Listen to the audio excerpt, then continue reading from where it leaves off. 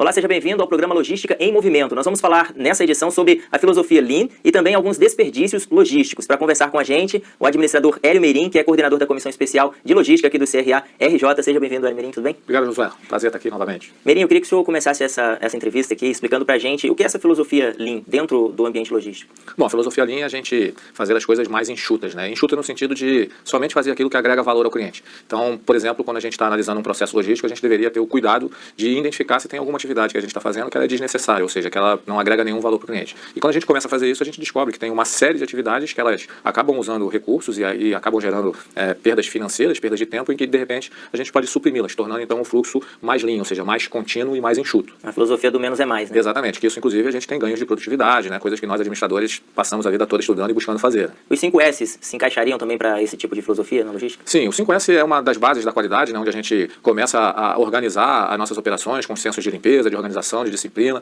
Então, eles ajudam sim, eles são um dos pontapés iniciais de quando a gente começa a colocar a filosofia Lean dentro das operações logísticas. Normalmente a gente começa pelos 5S. Quais pontos deveriam ser mais focados dentro desse tipo de pensamento? Na verdade, a gente tem que ter muito foco em olhar, mapear os processos e sempre ter o cuidado de ver aquilo que eu estou fazendo realmente agrega algum valor. Imagina quando a gente vai em algum local e que tem alguém carimbando um documento e a gente fala, mas para que serve esse carimbo? Então, a gente tem que ter muito essa mentalidade questionadora, verificando se sempre aquela atividade que a gente está desempenhando, ela realmente é necessária e ela agrega valor para o cliente. Isso é fácil a gente ver, por exemplo, quando a gente retroage um pouco ao tempo e vê as empresas de aviação em que você, ao embarcar numa determinada empresa aérea, tinha um tapete vermelho, tinha várias pessoas te recebendo, né? E aí a pergunta que a gente faz é o seguinte, isso tudo é bacana, mas agrega valor para o cliente? O cliente está disposto a pagar mais por isso? Não. E é por isso que as empresas foram reduzindo esse tipo de coisa. Então é muito nesse sentido, a gente procurar ver o que realmente o cliente dá importância e está disposto a pagar por isso. Que realmente agrega. Agrega. Né? Agora, quais são os principais desperdícios logísticos quando não se aplica esse tipo de filosofia Lean? O que acontece é que quando a gente não está muito preocupado em olhar para esse tipo de coisa, na filosofia Lean, a gente deveria estar sempre preocupado em produzir aquilo que o cliente necessita. Quando a gente não tem esse olhar, a gente acaba gerando super estoques, né, super produção,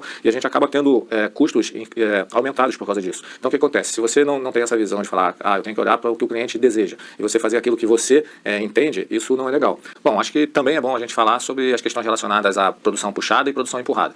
E aí, para a gente tentar exemplificar isso, poderíamos olhar, por exemplo, duas grandes redes de fast food que nós temos. Uma delas, você compra alguma coisa que já está previamente produzido, a batata frita já está lá prontinha, ou seja, essa empresa ela empurra aquele produto para você no sentido de já estar pronto, e do outro lado, lá na praça de alimentação, tem uma que só começa a fazer o seu sanduíche quando você solicita ele. No primeiro caso, quando a batatinha já estava pronta, a gente poderia dizer que é um caso da produção empurrada. E no segundo caso, quando a produção inicia-se somente quando você seleciona aquilo, a gente está falando da produção puxada. Alguém poderia falar, qual dos dois é o melhor? Isso aí depende de que modelo de operação a gente está selecionando. Se a gente estivesse falando de uma fábrica de bebidas, de uma fábrica de cimentos, ou seja, de commodities, normalmente os modelos empurrados são melhores, né? Quando a gente está falando de algo sobre encomenda, daí seria melhor a questão da produção puxada.